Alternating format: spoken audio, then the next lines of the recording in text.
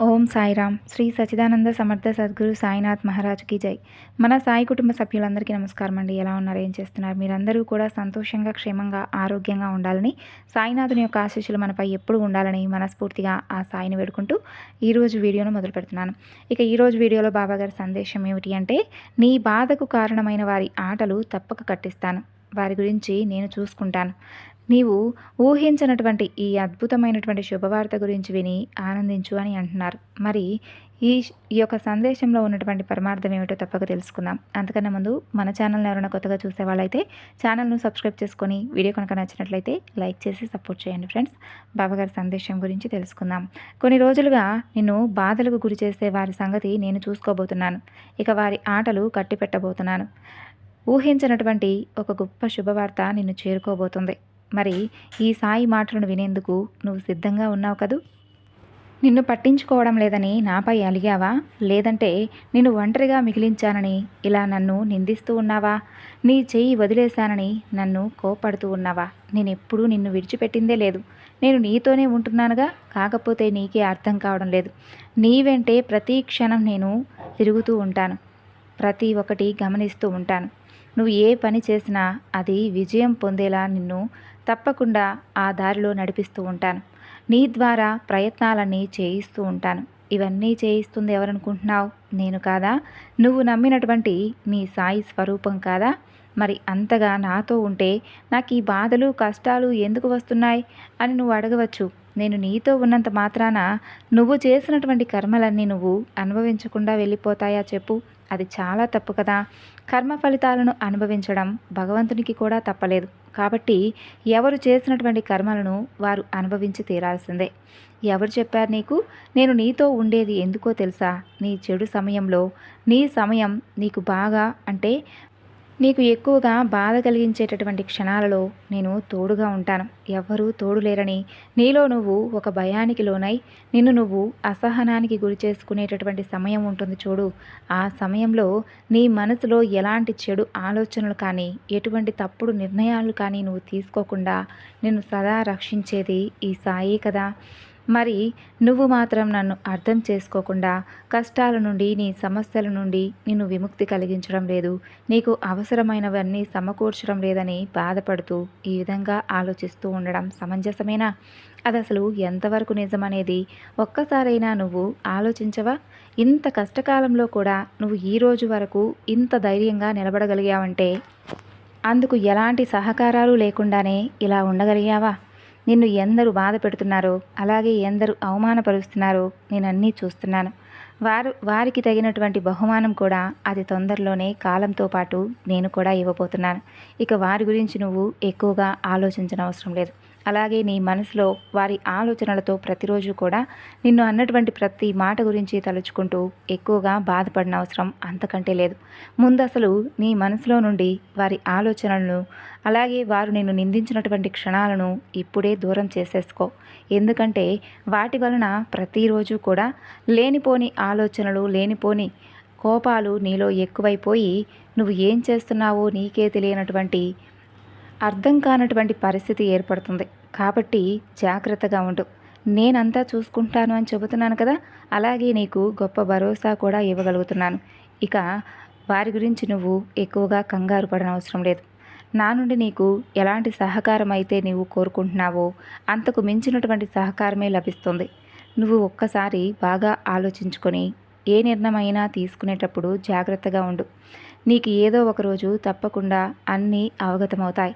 ఇంకా చెప్పాలంటే ఎన్ని సమస్యలు నీ ముందుంటున్నా, ఎంతమంది నిన్ను బాధకు గురి చేస్తున్నా ఒకరోజంటూ వారికి తప్పకుండా భగవంతుడు నిర్ణయించే ఉంచుతాడని మాత్రం నువ్వు తప్పక తెలుసుకో. అలాగే వీటన్నిటితో నువ్వు సతమతమవుతున్నప్పటికీ కూడా నువ్వు ఈ రోజును ఎంతో సంతోషంగా గడపగలుగుతున్నావంటే అందుకు కారణం నేనే. మరి అటువంటప్పుడు నేను నీతో ఉన్నట్లా లేనట్లా? నేను కనుక ఈ కర్మలన్నీ ఇప్పుడే నీ నుండి తీసివేసినట్లయితే నువ్వు మరలా వాటిని అనుభవించి తీరాల్సింది. కానీ నేను అనుకుంటుంది ఏంటో తెలుసా? ఇన్ని రోజుల్లో నీకున్నటువంటి చెడు కర్మలన్నీ తీసేసి వాటి స్థానంలో చక్కగా మంచిని ప్రవేశించేలా చేద్దామని కాస్త ఆలస్యమైతే చేసిన విషయం నిజమే. నువ్వు జీవితంలో ఎంతో ఆనందంగా సంతోషంగా జీవించాలని నేను కూడా ఎంతో ఆశపడుతున్నాను. ఇక ఈ జీవితం అంతా అలాగే సుఖ సంతోషాలతోనే ఉంటావు. ఇక నుండి ఏ జన్మలో కూడా నీకెలాంటి కర్మలు అనేవి రావు అంటవు. ఎందుకంటే ముందుగా నీకున్నటువంటి కర్మ ఫలితాలన్నీ అనుభవించేస్తావు కాబట్టి. నీ చెడు కర్మలన్నీ కూడా తొలగిపోయే సమయం రాబోతుంది. అతి కొద్ది రోజుల్లోనే నీకున్నటువంటి కర్మలన్నీ పూర్తిగా తొలగిపోయి నువ్వు భవిష్యత్ అంతా కూడా సంతోషమయం చేసుకోబోయే అవకాశం ఇవ్వబోతున్నాను. సుఖంగా జీవించబోతున్నావు. కాబట్టే ఎవరో నిన్ను నిందించారని, ఎవరో అవమానపరిచారని వారిపై నువ్వు మరింత కోపం పెంచుకొని చెడు మార్గంలో వెళ్ళి వారిని పతనం చేసేటటువంటి ఆలోచనలు మాత్రం చేయవద్దు. ప్రశాంతంగా ఉండు. ప్రశాంతంగా ఆలోచించు. కాలం అనేది ఒకటి ఉంటుంది కదా, తప్పకుండా ఎవరికి ఎలాంటి బహుమానం ఇవ్వాలో వారికి ఇచ్చే తీరుతుంది. అంతా నువ్వనుకున్నట్లే జరుగుతుంది. ప్రశాంతంగా ఉండు. నీకంతా మంచే చేస్తాను.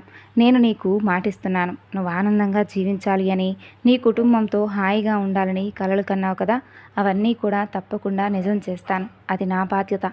దీనికోసం నువ్వేమీ పగలు రాత్రి నిద్రాహారాలు మరీ లేకుండా ఇలా ఎక్కువగా ఆలోచిస్తూ ఉండడం అస్సలు మంచిది కాదు.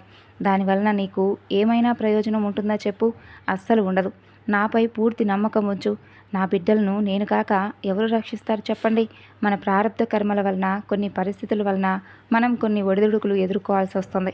అలా వాటిని ఎదుర్కోవాల్సినటువంటి అవసరం వచ్చినప్పుడు తప్పకుండా వాటి నుండి బయటపడేటటువంటి ఆలోచన జ్ఞానాన్ని భగవంతుడు మనకు అనుక్షణం కల్పిస్తూనే ఉంటాడు. కానీ ఆ ఒత్తిడి నుండి మనకు మనమే జాగ్రత్తగా బయటపడగలగాలి. అప్పుడే భగవంతుని యొక్క సహకారం కూడా మనకు లభిస్తుంది. నువ్వు కలలు కన్న జీవితమే నీ ముందుంచబోతున్నాను. దానికి అతి కొద్ది రోజుల్లోనే నేను అనుగ్రహాన్ని కూడా కురిపించబోతున్నాను. నా యొక్క అనుగ్రహ వర్షాన్ని నువ్వు పొందేందుకు సిద్ధంగా ఉండాలి. అలాగే నీతో ఉన్నవారు సంతోషంగా ఉంటున్నారని, అలాగే వారిని చూసి నీ జీవితాన్ని అస్సలు పోల్చుకోవద్దు. ఎందుకంటే భగవంతుడు అందరి తలరాతలను ఒకలా అయితే రాయడు కదా. ఎవరి ఆనందాలను, ఎవరి సంతోషాలను, ఎవరి దుఃఖాలను ఒకరికి ఒకరు పంచుకునేటటువంటి అవకాశం లేదు. ఎవరి కర్మలను వారు తప్పక అనుభవించాలి. కాబట్టి నీ జీవితాన్ని ఎప్పుడూ కూడా వేరొకరితో అస్సలు పోల్చుకొని చూసుకోవద్దు. నీకు ఇచ్చిన జీవితంలోనే ఆనందాన్ని వెతుక్కో.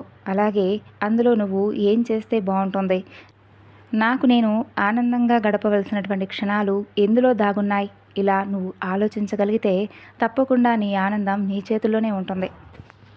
మనం చక్కగా ఎదుగుతూ ఉంటే చూసి సహించలేనటువంటి వారు, ఓర్వలేనటువంటి వారు 100 మాటలు అంటూ ఉంటారు. మనల్ని అవమానపరచాలనో, లేదంటే మనల్ని దెబ్బతీయాలనో వారికి తగినటువంటి వారి ప్రయత్నాలు వారు చేస్తూ ఉంటారు. చేసుకొనివ్వు. అవన్నీ కూడా వారికి సునకానందాన్ని కలిగిస్తాయేమో కానీ నీకు మాత్రం ఎలాంటి కీడును కలిగించలేవు.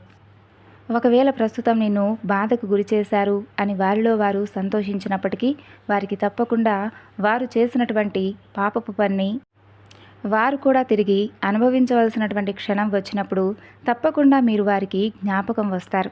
అప్పుడు అదే వారికి ఒక పెద్ద శిక్షగా మారుతుంది. కాబట్టి అంతవరకు నువ్వు మౌనంగా ఉంటూ నీ జీవితాన్ని ఆనందమయం చేసుకునేందుకు కొత్త కొత్త ప్రయత్నాలను చేస్తూ, కొత్త కొత్త ఆలోచనలను చేస్తూ భారమంతా నాపై వేసి సంతోషంగా, ఆనందంగా నీ జీవితాన్ని కొనసాగిస్తూ ఉండు.